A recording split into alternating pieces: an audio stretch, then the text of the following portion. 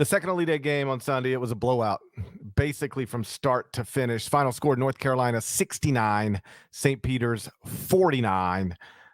Finally, the Peacocks looked like a 15 seed. They shot 30% from the field, 25% from three, down 19 at the half, lost by 20. Like, I was pumped for that game. Like, listen, I was pumped for both of them. They're Elite Eight games. But if you told me, all right, you're really tired, you have to nap during, and you're going to have a late night. So you got to nap during one of them. You got to be healthy. You got to nap during one of them. Is taking a nap healthy? I'm not sure. Yeah, oh, absolutely. Okay. You got to be healthy. You got to take a nap during one of them. Which one you want to take a nap in? I would have said Kansas, Miami. I was more interested in like seeing if St. Peter's could, make this a game leading into 60 minutes on America's Most Watched Network, the Network of Stars. And the game it felt over immediately. Are you surprised that it wasn't even competitive? I actually am a little surprised it wasn't competitive. On the show with Cobb Friday, we both picked St. Peter's to win because we were drunk on that Peacock, man. We were drunk on it, and I went with it. And I was like, you know what? They've gotten to this point. No 15's ever gotten there. Carolina's an 8 seed. Oh, it's going to be the last Sunday game on CBS. Yeah, why not? I did actually think it was going to be competitive. Unfortunately, this is the way that it normally goes with the Cinderella team. Traditionally, in that second round game, very few make it to a Sweet 16. So occasionally you'll get it in that Sweet 16 game. And then this was the first time really ever that you had a true small school Cinderella. Obviously, 15 had never made it to a regional final. And it's an obvious bummer, Nothing you can do about it. I just wish it would have been more competitive. Carolina came ready, was good to go, and played a wonderful game, and clearly quite eager, confident, and ready to get that rubber match against Duke in the national semifinals. But for St. Peter's, just a few notes here. One, I mentioned this on the pod. I'm sure you did as well. But Shaheen Holloway's had the Seton Hall job for like weeks, so that has now actually been reported. I think whatever that means. It's been done forever, but he's going to get the Seton Hall job, and good on him. He absolutely deserves it, and he has helped author, one of the greatest NCAA tournament runs and probably the greatest Cinderella run ever. If you want to stop short and say, you know what, they'll make a Final Four with a Mason or Loyola Chicago, I'll buy that. That's fine. But this is a 15 getting to an Elite Eight. Like when I was thinking about this game earlier in the day on the flight back, I thought, okay, are we going 25 more years and not seeing this again? It's a 15, man. They've been seeding this thing with 64 teams since 85, and it took until 2022 to have our first 15 win 3 games. We might not see this again. We really might. I'd love it if we did, but there's no guarantee of that. So I was hoping because of that, we would at least get something that was fairly competitive, and it just wasn't whatsoever. 69-49. St. Peter's did not shoot well whatsoever. It was 4 of 16 from 3-point range, 4 of 14 from 2-point range. It was just 0.75 points per possession overall. Again, Carolina, great job, but it was we've seen this script play out plenty of times before. And you know what, though? And I think you'll agree with me on this, Parrish. Doesn't really matter because they made the Elite Eight. They were St. Peter's. Everyone got to know what this school was about, where it was located. Eli Manning adopted this team. The damn New York Jets adopted this team. The country adopted this team. And this was a school that you couldn't, 99.9% of sports fans couldn't have told you the St. Peter's mascot prior to 2 weeks ago.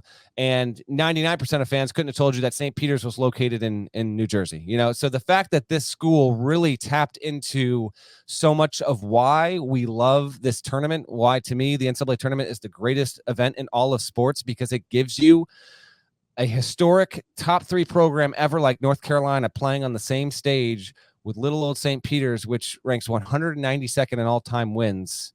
Carolina's top 3 in that category. St. Peter's is 192. If it had defeated North Carolina, St. Peter's would have been 827 and 827 as a program. Now it's 826 and 828.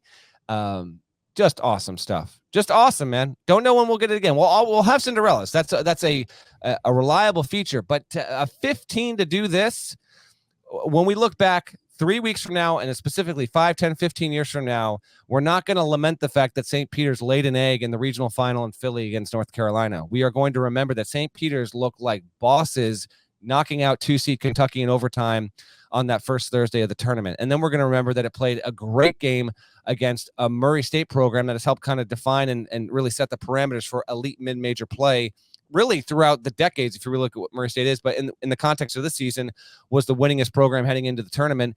And then it took out a Purdue team that the more I thought about that since it happened, Parrish, is like Purdue fans got to be beside themselves. They got no business losing to St. Peter's the way it did. Like Kentucky, I kind of the same, but like, all right, it happens. You know, we've seen 15s beat a 2, but Purdue, the region broke for him perfectly. You got all this size, you got all this shooting, you got Jaden Ivey, you've got Williams and Edey who didn't play together. I'm not going to relitigate this because we did on the Friday pod, but it's still like, it's even more baffling the further we get away from it that Purdue did not beat St. Peter's. But again, that's the awesomeness of this story. So is it a bummer here and the now that it wasn't close? Yeah, I would have liked it, but that ultimately will not matter. What will matter is the fact that it made it to the Elite Eight as a 15 seed, and that, you know, charm of the tournament will always continue to endure. And this has become one of the more memorable runs literally in the history of the event.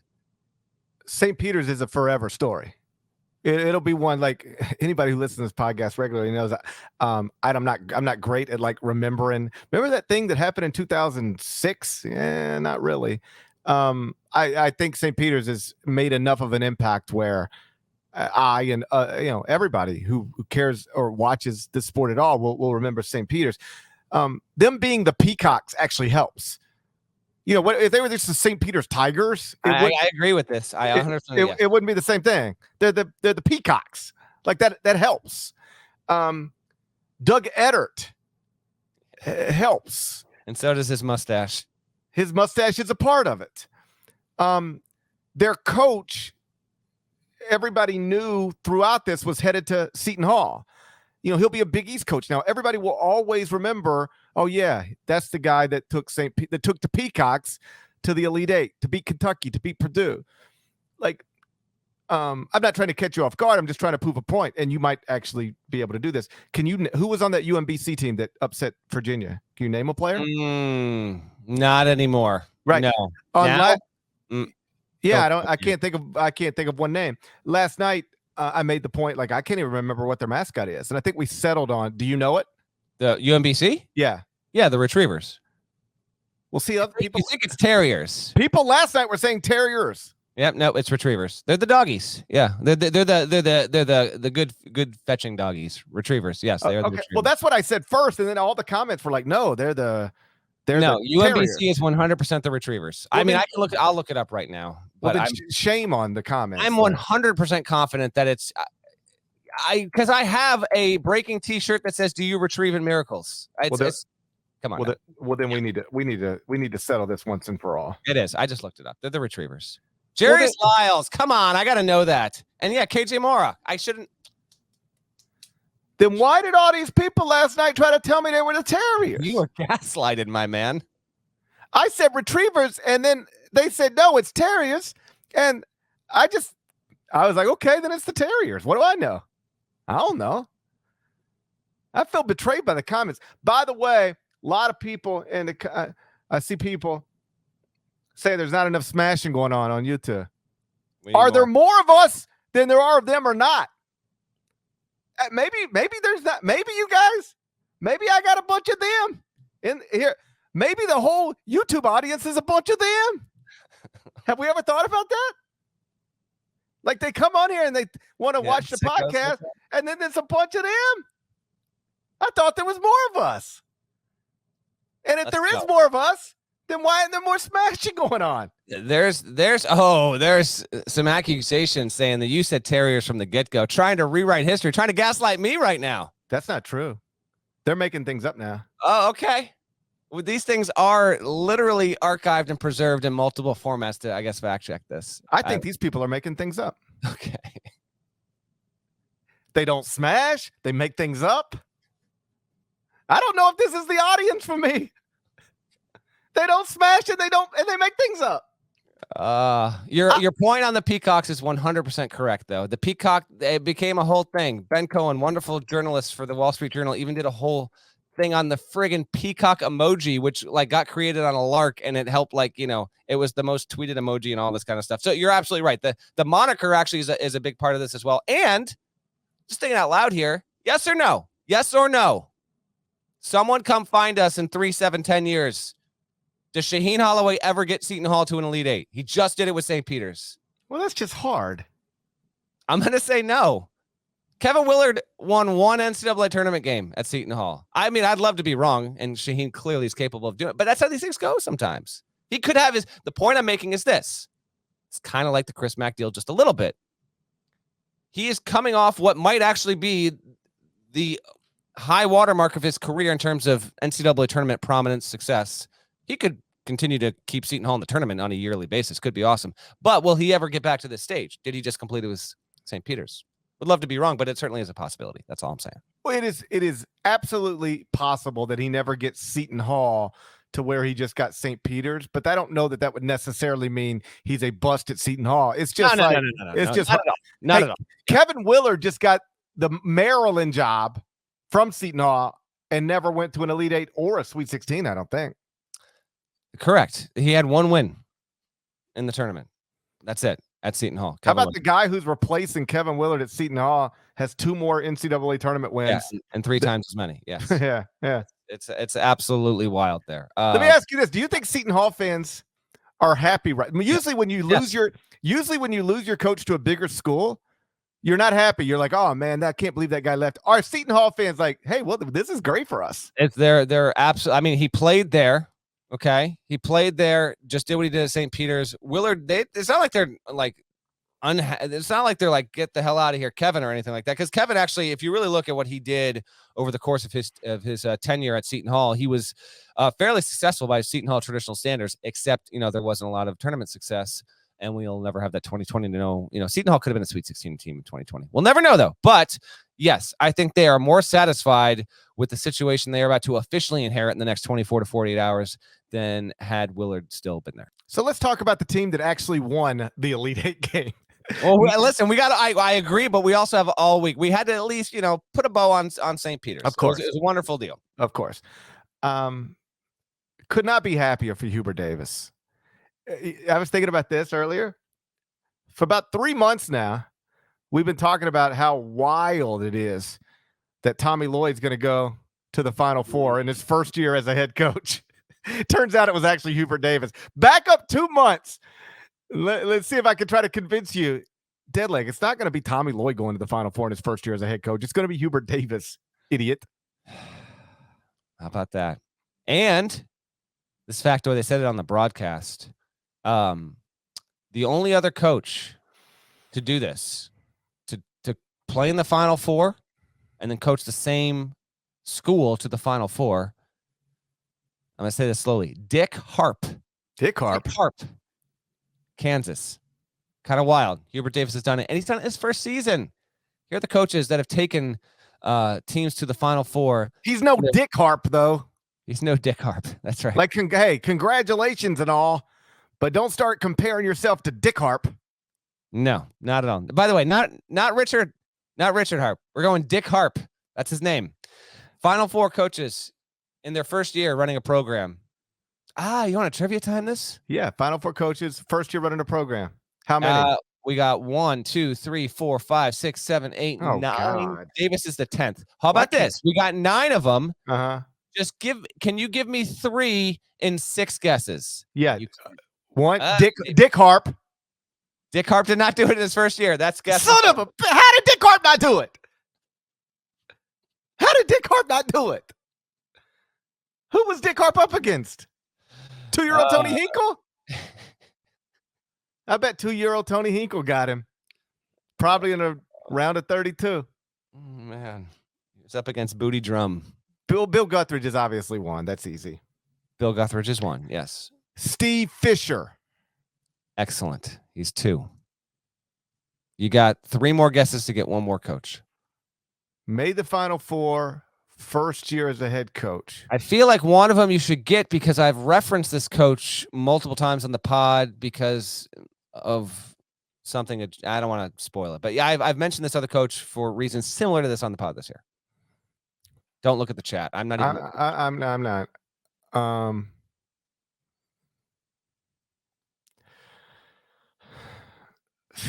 I want to say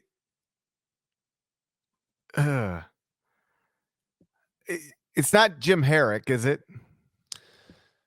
It's not Jim Herrick. That's 2 for 4. 2 more guesses. Is it Roy Williams by chance? It is not. One last guess.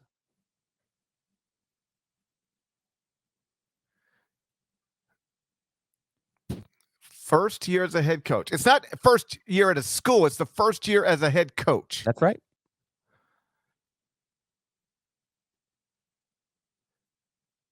You sure it's not Dick Harp?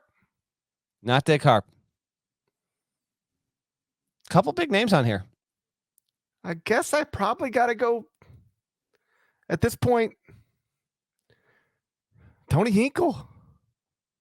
You lose. The list is Larry Brown.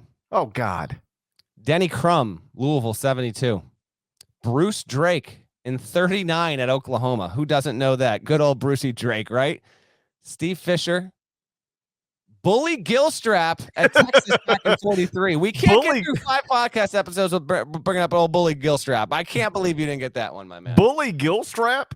Bully Gilstrap. This man's name was Bully Gilstrap? We've got a Dick Harp and a Bully. You're not getting this anywhere else. I can't emphasize this enough. You're not getting Gilstrap and Dick Harp references anywhere else.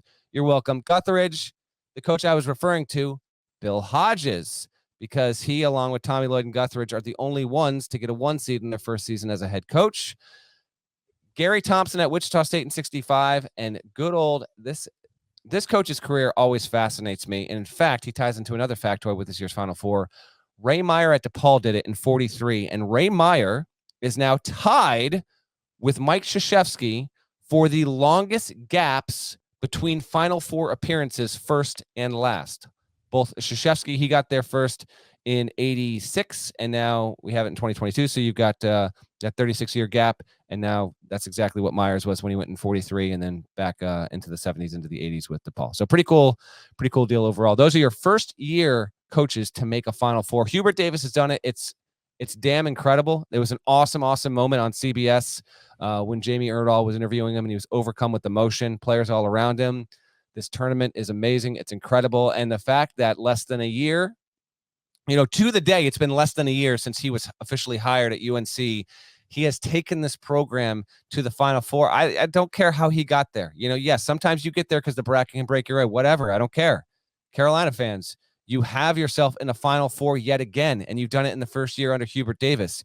UNC has now made 21 trips to the promised land, to the biggest stage in the sport. That's more than any other in history. UNC has 21, UCLA has 18, Kentucky has 17, Duke and Kansas tied this year with 16 appearances apiece. They stayed knotted, but it is UNC with the most all time, and Hubert Davis has done it. That's really, really awesome and a big story, and of course, we know what awaits. On January 23rd, North Carolina was 12-6 with 4 losses by at least 17 points. Lost to Tennessee by 17, Kentucky by 29, Miami by 28, Wake Forest by 22. After the Wake loss, Tar Heels dropped to 43rd at KenPom. And then on February 16th, lost to Pitt, dropped to 49th, season low 49th at KenPom. Since they lost to Wake, they're 16-3. Since they lost to Pitt, they are 10-2. And if you go back to January 23rd, which is the day after the Wake loss, I believe. If you go back to the day after the Wake loss and run the data, did I ever tell you I figured out at barttorvik.com how to pick dates and run data based on very specific dates? Mm-hmm. It's amazing. Yeah, thing to learn how to do. Mm-hmm. So next thing I'm going to learn how to do is how to properly put in a pocket square. But anyways, one thing at a time. That's right. One thing at a time. So if you run the data from the day after the Wake loss to today, barttorvik.com has North Carolina as the 12th best team in the country. So low-seeded team, sure, because they did a lot of damage to their resume before they got rolling. But again, 16-3 since losing to Wake, 10-2 since losing to Pitt, and in the Final Four. And you're right, seeing Hubert have that moment with Jamie in the post game. Like he was almost at first trying to get her to talk to the players because I don't think he could talk. Yeah. He was overcome. It was an awesome moment. That's exactly what was happening, Parrish. Yeah. Because it feels a bit like a cliche because everybody says this about Hubert, but he's like genuinely a nice man. That's why it got a little uncomfortable when he was getting blown out game after game, and especially that Kentucky game in Las Vegas, CBS Sports Classic, looked like his team they weren't competitive. Like they didn't compete. And it was a really bad sign. Like we talked about this earlier today on Bracket Breakdown on CBS Sports Network. It was perfectly reasonable to start wondering, like, did North Carolina get this right?